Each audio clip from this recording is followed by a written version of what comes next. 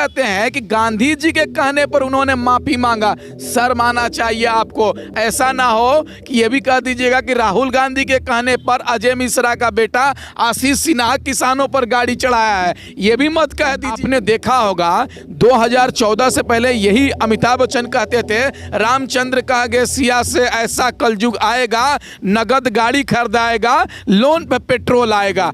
आज 100 पार कर गया, एक शब्द नहीं बोल रहे। जब देश में थुकथुकी हुआ तब जाकर गुटखा का विज्ञापन बंद करने का काम। देश के लोग परेशान हैं, चाहे किसी की भी बात कर लिए, चाहे महिला की बात कीजिए, चाहे युवा की बात कीजिए, या किसान की बात कीजिए, या रोजगार की बात कीजिए, या महंगाई की बात कीजिए, या अर्थव्यवस्था की बात कीजिए, या व्यापार की बात कीजिए। तमाम चीजें चौपट है, लेकिन औकात है कोई बोल दे एक शब्द। इसको देशभक्त तो अक्षय कुमार को बताते हैं। जो नागरिक कनाडा का नागरिकता लिया हो, जो आदमी नागरिकता कनाडा का लिया हो, उसको देशभक्त बताते हैं। लेकिन जो देश के लिए लड़ रहा है उसको आप देशद्रोही। पहले लंबी लंबी बातें करते थे यही प्रधानमंत्री जी कि अर्थव्यवस्था डूब रहा है, महंगाई बढ़ रही है, हाय महंगाई बहुत हुआ, महंगाई पे महंगाई की मार अब की बार मोदी सरकार, बहुत हुआ डीजल पेट्रोल की मार अब की बार मोदी सरकार, बहुत हुआ महिलाओं पे अत्याचार अब की बार मोदी सरकार, बहुत हुआ गैस सिलेंडर की मार अब की बार मोदी सरकार, बहुत हुआ बेरोजगारों की मार अब की बार मोदी सरकार। ये 2014 से पहले इनका नारा था। लेकिन प्रधानमंत्री बनते बनते मोदी जी ने जितना अत्याचार पिछली सरकार 60 साल में नहीं की, मोदी जी 7 वर्ष में कर दिए। देश की सच्चाई सच छुपने नहीं देंगे। आदाब, मैं हूं हाफिज़ गुलाम सरवर और आप देख रहे हैं देश की सच्चाई। देश में इस समय बहस जो छिड़ी है वो बहस छिड़ी हुई है वीर सावरकर। मैं नहीं कह रहा हूं, कई किताबें लिखी जा चुकी हैं। देश के पूर्व प्रधानमंत्री का एक वीडियो भी वायरल हो रहा है जिसमें ये भी कहा जा रहा है कि उन्होंने उस समय के राष्ट्रपति से सावरकर को भारत का सर्वोच्च नागरिक सम्मान जिसे भारत रत्न कहते हैं इसकी भी अनुशंसा की थी जी, स्वर्गीय अटल बिहारी वाजपेयी ने। उसके बाद कई भाजपा नेताओं के द्वारा सावरकर प्रेम उभरता रहा समय समय पर। आखिर क्या ऐसा है सावरकर के अंदर कि बार बार भाजपा के कद्दावर नेता सावरकर की तारीफ में कसीदे पढ़ते रहते हैं। पिछले दिनों भारत के रक्षा मंत्री, जी हाँ, रक्षा मंत्री राजनाथ सिंह ने भी सावरकर के विषय में कहा कि सावरकर ने जो माफ़ी मांगी वो गांधी जी के कहने पे माफ़ी मांगी। अब तक तो ये मानते थे कि माफ़ी मांगी ही नहीं, ये गलत है, लेकिन अब मानते हैं कि गांधी जी के कहने पर मांगी। मतलब है कि गांधी जी को भी समेट कर ये वो दाग धुलना चाहते हैं या क्या है। तेज़ तर्राक एक नौजवान हैं, बहुत आप लोग सोशल मीडिया पे सुनते रहते होंगे, छात्र नेता हैं शौकत अली। आज मैं उनसे जानने की कोशिश करूँगा ये सब क्या चल रहा है। राजनाथ सिंह कह रहे हैं कि गांधी जी के कहने पर माफ़ी मांगी थी। देखिए, राजनीति के आखिरी छोर पे हैं राजनीत सिंह जी, और जाते जाते ऐसा बयान इन्होंने दिया, शर्मनाक बयान। उस आदमी को वीर कहते हैं जिस आदमी ने अंग्रेजों से एक बार नहीं 5 बार माफ़ीनामा मांगा हो, उसको आप वीर कहते हैं। और वह कहते हैं कि गांधी जी के कहने पर उन्होंने माफ़ी मांगा।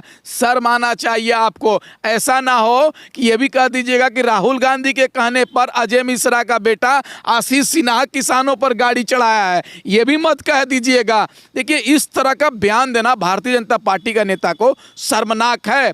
जब हमारा देश गुलाम था तो उस समय हजारों नहीं लाखों लोग फांसी को फंदे को चूम लिए, गोली खा लिए, लेकिन किसी ने माफ़ी नहीं मांगा। हजारों की संख्या में युवा, नौजवान, तमाम लोग जेल चले गए इमरजेंसी में, आज़ादी की लड़ाई में, लेकिन माफ़ी नहीं मांगे। लेकिन भारतीय जनता पार्टी के नेता जो अपने आइडियल मानते हैं, आदर्श मानते हैं, वो अपनी जान बचाने के लिए अंग्रेजों से माफ़ीनामा मांगते हैं। यही तो भाजपा का इतिहास है। आप बताइए, उस आदमी को, उनको भारत रत्न देने की कवायद चल रही है, बात चल रही है, बिल्कुल गलत है। जो आदमी अंग्रेजों से माफी मांगा हो, चल रही थी, स्वर्गीय अटल बिहारी वाजपेयी चाह रहे थे कि भारत रत्न मरनों उपरांत, जैसे लाला लाजपत राय इत्यादि इत्यादि का नाम आया, वैसे ही नाम उनका आ चुका था, जिसको उस समय के राष्ट्रपति ने खारिज कर दिया।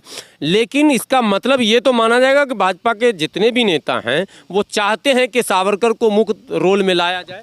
बिल्कुल। देखिए, भारतीय जनता पार्टी का इतिहास रहा है कि बापू के हत्यारे गोडसे को पूजने का काम करते हैं, गोडसे को मानने का काम करते हैं। जो आदमी अंग्रेजों से माफ़ी मांगता है, अंग्रेजों को चमचोई करता है, अंग्रेजों के साथ बैठकर चाय पे चाय चुस्की लिया करता है, उसको ये लोग आइडियोलॉजी मानते हैं, उसको वीर मानने का काम करते हैं। भारतीय जनता पार्टी वही तो काम कर रही है, चाहे पिछले इतिहास की बात करे या वर्तमान की बात करे। यही तो कर रहे हैं कि जो पहले अंग्रेजों के साथ बैठकर चुस्कियां लिया करते थे, आज देश के कॉरपोरेट घराने अडानी और अंबानी तमाम बड़े बड़े बिजनेसमैनों के साथ बैठकर इस देश के लोगों को अत्याचार करने का काम कर रहे हैं। इससे पहले भी आपने देख लिए, चाहे लखीमपुरी घटना की बात करें या एनआरसी आंदोलन की बात करें या युवा के रोजगार की बात करें, तमाम मुद्दे पर जब इस देश के लोग प्रधानमंत्री से सवाल करते हैं तो इनको कहा जाता है टुकड़े टुकड़े गैंग है, पाकिस्तानी परस्त हैं, खालिस्तानी है। तो क्या देशभक्त केवल मोदी जी हैं क्या?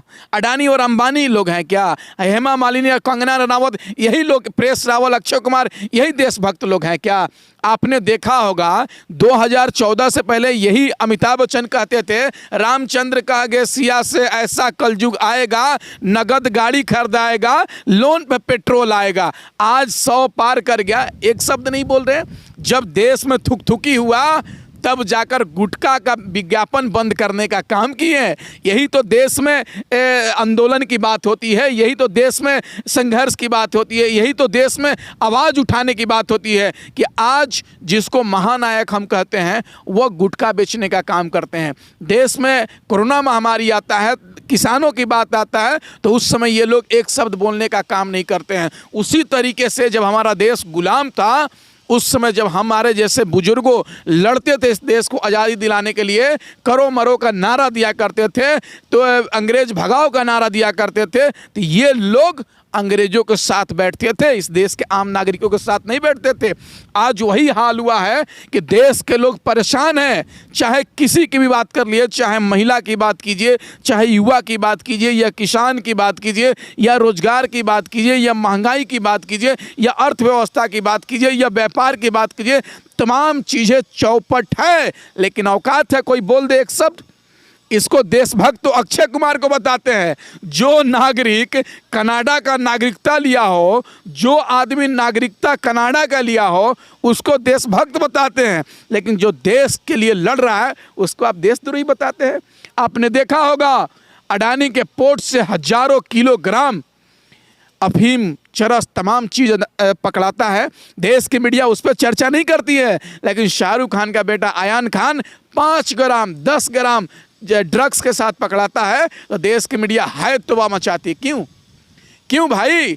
यही तो सिद्ध होता है कि नाम इस देश के अंदर नाम आती है जब, तब ये लोग मुंह दिखाई करते हैं देश की मीडिया। आज मैं भी सवाल करता हूं अंजना ओम कश्यप से, देश की तमाम मीडिया चैनलों से सवाल करता हूं, अडानी से आप सवाल पूछेंगे उस हीरोइन का हीरो कौन था, उस हीरोइन का मालिक कौन था, उससे सवाल नहीं करेंगे आप।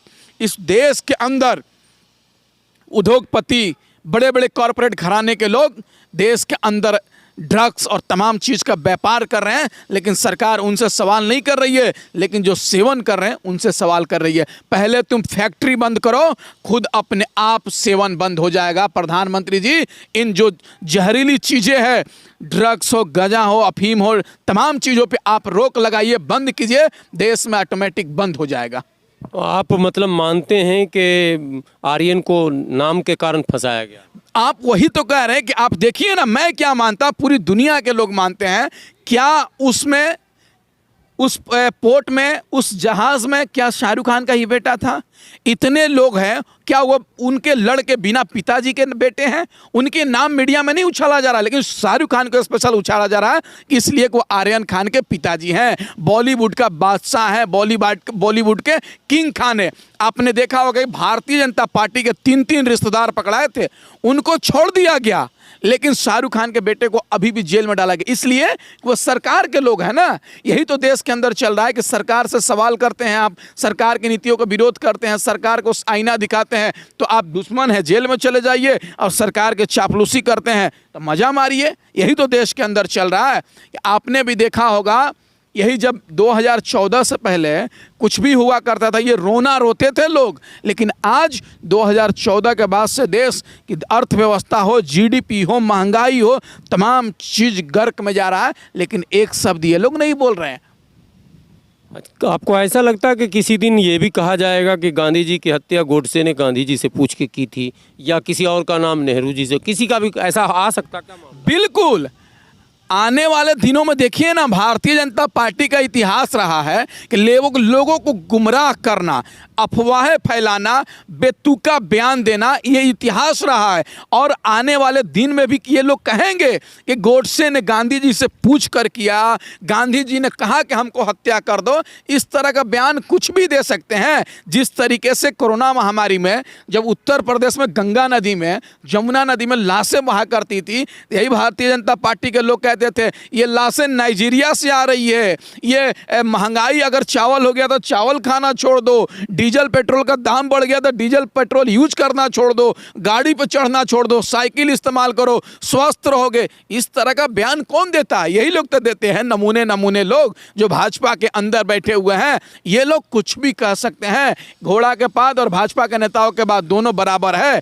देश के अंदर आप देखिए ना, 2014 से पहले लंबी लंबी बातें करते थे यही प्रधानमंत्री जी कि अर्थव्यवस्था डूब रहा है, महंगाई बढ़ रही है, हाय महंगाई, बहुत हुआ महंगाई पे, महंगाई की मार अब की बार मोदी सरकार, बहुत हुआ डीजल पेट्रोल की मार अब की बार मोदी सरकार, बहुत हुआ महिलाओं पे अत्याचार अब की बार मोदी सरकार, बहुत हुआ गैस सिलेंडर की मार अब की बार मोदी सरकार, बहुत हुआ बेरोजगारों की मार अब की बार मोदी सरकार। ये 2014 से पहले इनका नारा था, लेकिन प्रधानमंत्री बनते बनते मोदी जी ने जितना अत्याचार पिछली सरकार 60 साल में नहीं की, मोदी जी 7 वर्ष में कर दिए।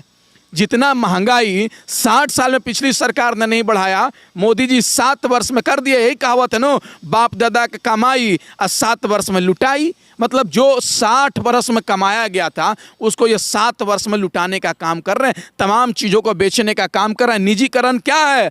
3 रुपये का रेलवे का प्लेटफॉर्म टिकट आज 25 रुपये बिक रहा है, यही निजीकरण है। अगर ये देश में कृषि कानून लग जाता है, किसान जिसका विरोध कर रहे हैं, 200 रुपये किलो चावल बिकेगा, 100 रुपये आटा बिकेगा, 200 रुपये दाल बिकेगा, हम जैसे और आप जैसे गरीब लोग नहीं खा पाएंगे। इसलिए देश के अंदर ये जो किसानों की मांग है इसकी पूरी करना चाहिए और किसानों को न्याय मिलना चाहिए।